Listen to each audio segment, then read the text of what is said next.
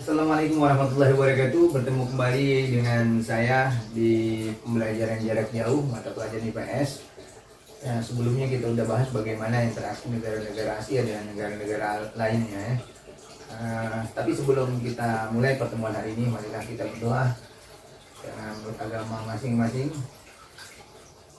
Doa mulai. Baik.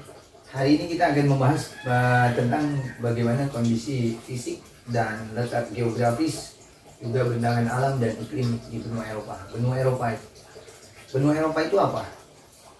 Benua Eropa, kita ketahui bersama secara astronomis benua Eropa itu terletak antara 35 derajat lintang utara dan 71 sampai 6 derajat lintang utara juga.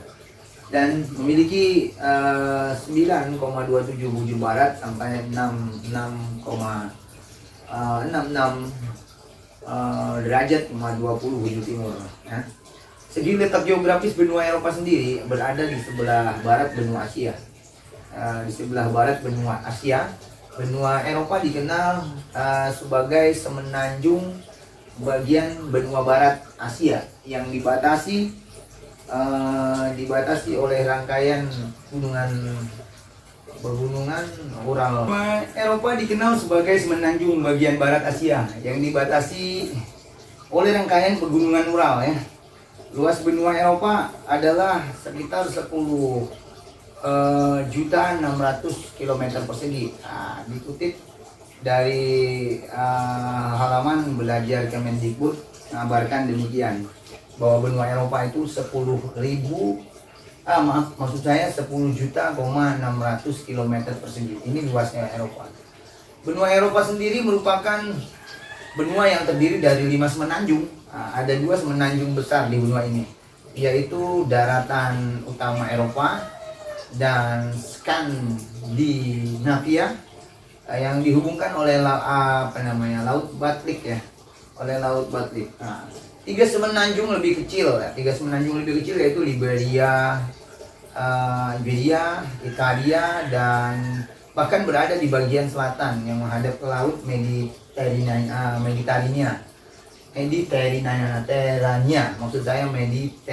begitu. Laut ini menjadi batas laut wilayah benua Eropa dan benua Afrika. Jika Ananda melihat kepada peta bagian timur daratan utama Eropa itu luas, nampak seperti mulut cerobong asap begitu ya. Ananda bisa perhatikan gambar-gambar ini, hanya saya tampilkan di belakang saya ini ada peta begitu. Seperti cerobong asap. Benua Eropa sendiri berbatasan dengan Samudra Arktik di sebelah utara dan Laut Tengah di sebelah selatan, Samudra Atlantik di sebelah barat, serta benua Asia yang ada di sebelah timur. Di sebelah timur itu ada benua Asia. Batas benua Eropa dengan benua Asia adalah pegunungan Ural pegunungan Ural maksud saya, dan Selat Dardanella dan Laut Kaspia.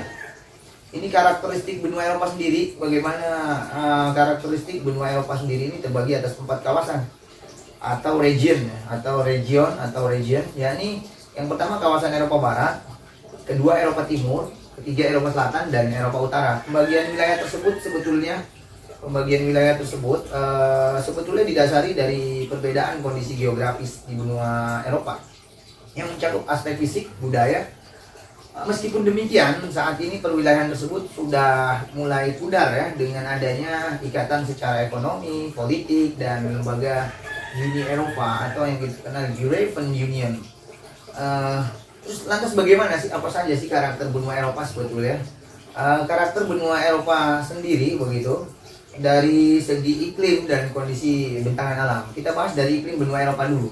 Karena Eropa dibagi beberapa bagian. Di bagian pantai barat dipengaruhi oleh iklim laut dari Samudra Atlantik. Arusnya hangat begitu ya, yang mengalir dari Samudra Atlantik itu menyebabkan kawasan pantai di daerah tersebut tidak membeku. Di bagian tengah terjadi peralihan iklim maritim yang basah ke iklim kontinen atau iklim yang kering. Di bagian selatan juga dipengaruhi oleh iklim laut Mediterania Mediterania ini, dan angin dari kawasan gurun yang panas, sehingga kondisi cuacanya itu menjadi lebih hangat, kalau di bagian selatan yang dipengaruhi oleh laut Mediterania begitu, kawasan gurun. Nah, yang selanjutnya adalah di bagian utara. Di bagian utara ini dipengaruhi oleh iklim kutub. Iklim kutub ini menjadi dingin. Iklim utara dipengaruhi oleh iklim kutub yang dingin, karena di sana iklimnya itu dingin, kutub ya. Di daerah kutub itu lebih banyak kepada esnya juga, jadi dingin. Selanjutnya bentangan alam benua Eropa. Bentangan alam ini dibedakan menjadi 3 jenis lagi. Bentangan alam ketiganya adalah daratan rendah, dataran rendah, dataran tinggi, dan jalur pegunungan lipatan ya. Itu pegunungan lipatan. Dataran rendah di sekitar 2/3 wilayah Eropa adalah dataran rendah. Dataran rendah ini di benua Eropa membentang dari barat sampai ke timur. Ini dikelilingi oleh pegunungan Ural dan laut Kaspia. Pegunungan Kaukasus, juga Laut Hitam, pegunungan Alpen, dan kawasan Skandinavia Timur begitu. Sementara jalur pegunungan lipatan terdiri atas sistem pegunungan sirkum Mediterania, yaitu pegunungan Alpen dan pegunungan Ural, juga pegunungan Kaukasus maksud saya. Dataran tinggi di wilayah semenanjung, yaitu di benua Eropa yang terdapat 4 semenanjung, yaitu semenanjung Skandinavia di bagian utara Eropa, semenanjung Siberia yaitu Spanyol dan Portugal, selanjutnya semenanjung Italia itu Apenia, dan semenanjung Baikan atau semenanjung Balkan begitu di daerah Yunani. 4 semenanjung ini dikenal sebagai 4 semenanjung yang luas begitu. Kependudukan di benua Eropa ya. Berdasarkan data dari tahun 2007 diperkirakan jumlah penduduk Eropa ini mencapai 727 juta jiwa. Ini kepadatan penduduk di Eropa rata-rata 71 orang per kilometer. Ini rata-rata 71 orang per kilometer. Ini merupakan kepadatan penduduk di benua Eropa dari beberapa negara ya, berjumlah 727 juta. Ini di benua Eropa begitu padatnya, tapi tidak kalah padat dengan Indonesia yang merupakan bagian dari benua Asia Tenggara. Laju pertumbuhan penduduk Eropa ini sangat rendah sebetulnya, bahkan kurang dari 1%, yaitu hanya 0,2% per tahun. Usia harapan hidup penduduk Eropa juga 75 tahun adalah 75 tahun ya, yang merupakan yang tertinggi begitu di antara benua-benua lainnya, karena tingginya tingkat kesejahteraan begitu. Eropa ini merupakan kesejahteraan yang luar biasa di Eropa begitu. Penduduk Eropa juga sangat beragam. Namun sebagian besar penduduknya itu termasuk keturunan induk bangsa Kaukasoid. Bangsa Kaukasoid sudah dibahas di kelas-kelas sebelumnya, di kelas 7 maupun di kelas 8. Baik Ananda, dari bangsa Kaukasoid ini adalah keturunan induk ya, yang terbagi menjadi beberapa suku bangsa. Berdasarkan ras dan ciri fisiknya, penduduk Eropa juga dikelompokkan menjadi 5 suku bangsa. Yang pertama adalah bangsa Nordik.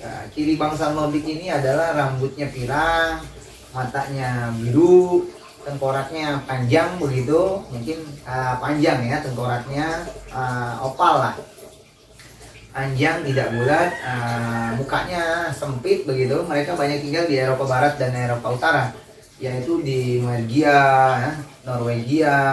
Inggris, Denmark, Belanda, Swedia, mana lagi? Belgia, begitu ya, dan juga Jerman bagian utara.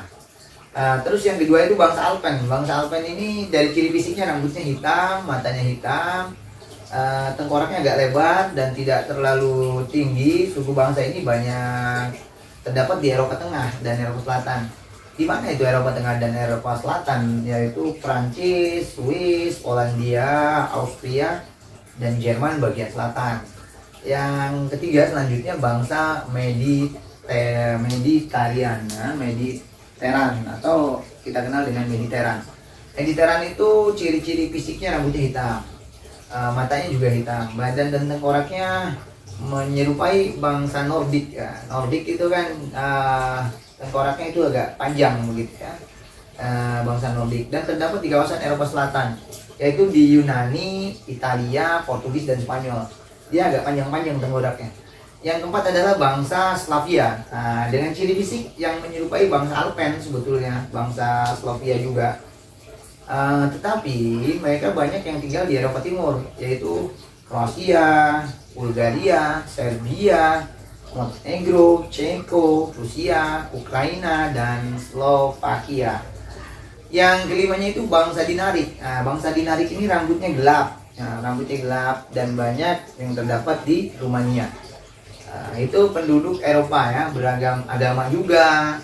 Agamanya dengan jumlah pemeluk terbanyak agamanya itu ialah Katolik Roma, yang penduduknya terbesar atau tersebar di Perancis, Spanyol, Portugal, Italia, Irlandia, Belgia, Jerman bagian selatan, dan Polandia. Kelompok terbesar kedua adalah Kristen Protestan.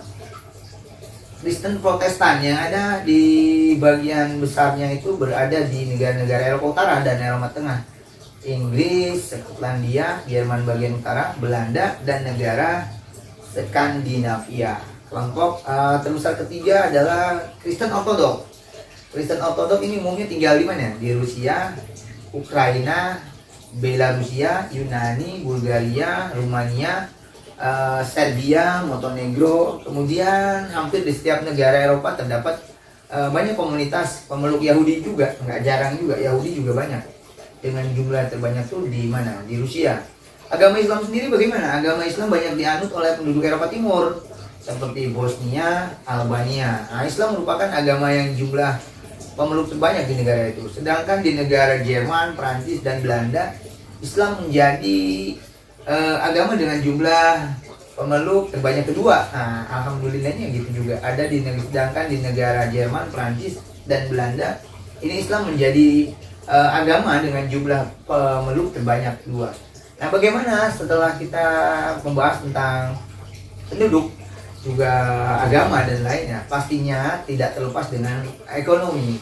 Ekonomi di sebagian besar wilayah Eropa ini bertumpu pada industri ya. Industri, dan beberapa negara Eropa juga telah menjadi negara industri maju. Jenis industri yang berada di Eropa ini sangat beragam. Industri utamanya meliputi apa? Yaitu pembuatan dan perakitan kendaraan biasanya, atau elektronika, terus pengolahan minyak, makanan, dan pakaian. Tapi industrinya ya, mesin-mesinnya. Selain industri, pertanian di Eropa juga cukup berkembang, tak kalah pesatnya begitu dengan benua Asia begitu ya. Jenis tanaman yang ada di tanaman di Eropa itu merupakan gandum, jagung, kentang, apalagi, dan buah-buahan. Pertanian biasanya dilakukan nih secara terpadu, yaitu sepertinya tidak jauh dari peternakan yang memberikan hasil melimpah dalam bentuk daging, kulit, susu, keju, jadi yogurt atau mentega, dan industri lainnya itu di benang wol. Di samping itu semua, Eropa juga memiliki kawasan cadangan bahan tambang dengan jumlah yang lumayan banyak sih. Karena itu pertambangan di Eropa juga berkembang pesat. Beberapa hasil tambang di Eropa itu meliputi batu bara, apalagi biji besi, perunggu, mangan, nikel, dan potasium begitu. Karakter benua Eropa sendiri, karakternya adalah dari benua Eropa ini, sebagian penduduknya rasnya itu keturunan kulit putih. Ya. Terdapat juga keajaiban di Eropa juga, yaitu ada menara Eiffel di Perancis dan menara Pisa di Italia. Asal dari bahasa yang digunakan secara internasional juga menggunakan bahasa Inggris gitu ya, bahasa Inggris. Pusat olahraganya sepak bola dunia, dan di Eropa itu pusat olahraga sepak bola dunia ya. Kalau kita sering menyaksikan di 4 tahun sekali itu, kalau tidak salah, ada Euro, perhelatan Euro. Tempat tokoh-tokoh penjelajah dunia juga di sana. Pelopor dalam penemuan dan ilmu pengetahuan serta teknologi itu juga merupakan karakteristik dari Eropa yang kita kenal hari ini begitu ya.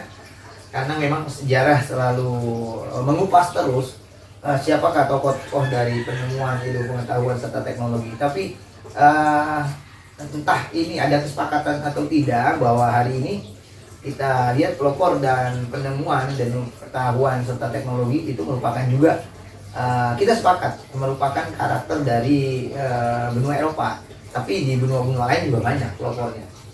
Artinya inilah karakter benua Eropa. Kedelapan, tempat lahirnya ideologi kapitalisme di benua Eropa itu tidak dipungkiri bahwa tempat lahirnya ideologi paham-paham dari kapitalisme, kolonialisme, imperialisme, sosialisme, liberalisme, dan komunisme. Negara-negara di Eropa juga cukup banyak, tadi saya sudah singgung sedikit begitu ya.